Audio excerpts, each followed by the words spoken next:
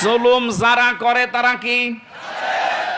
ইমাম আহমদ ইবনে হাম্বল রাহমাতুল্লাহ আলাইহি উনি জেলে ছিলেন, ওনাকে প্রতিদিন 32টা করে চাবুক মারা হইতো।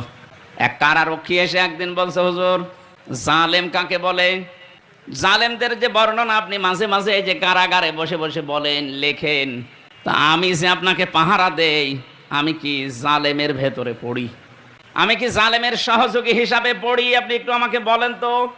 ইমাম আহমদ ইবনে হাম্বল বললেন, আল্লাহর বান্দা, জালেমের সহযোগী বলা হয় তাদেরকে যে মানুষগুলো যারা জুলুম করে তাদের পানি টেনে দেয়, কাপড় পরিষ্কার করে, ঘরদোর পরিষ্কার করে দেয়, নাস্তা বানিয়ে দেয়, চা টেনে দেয়।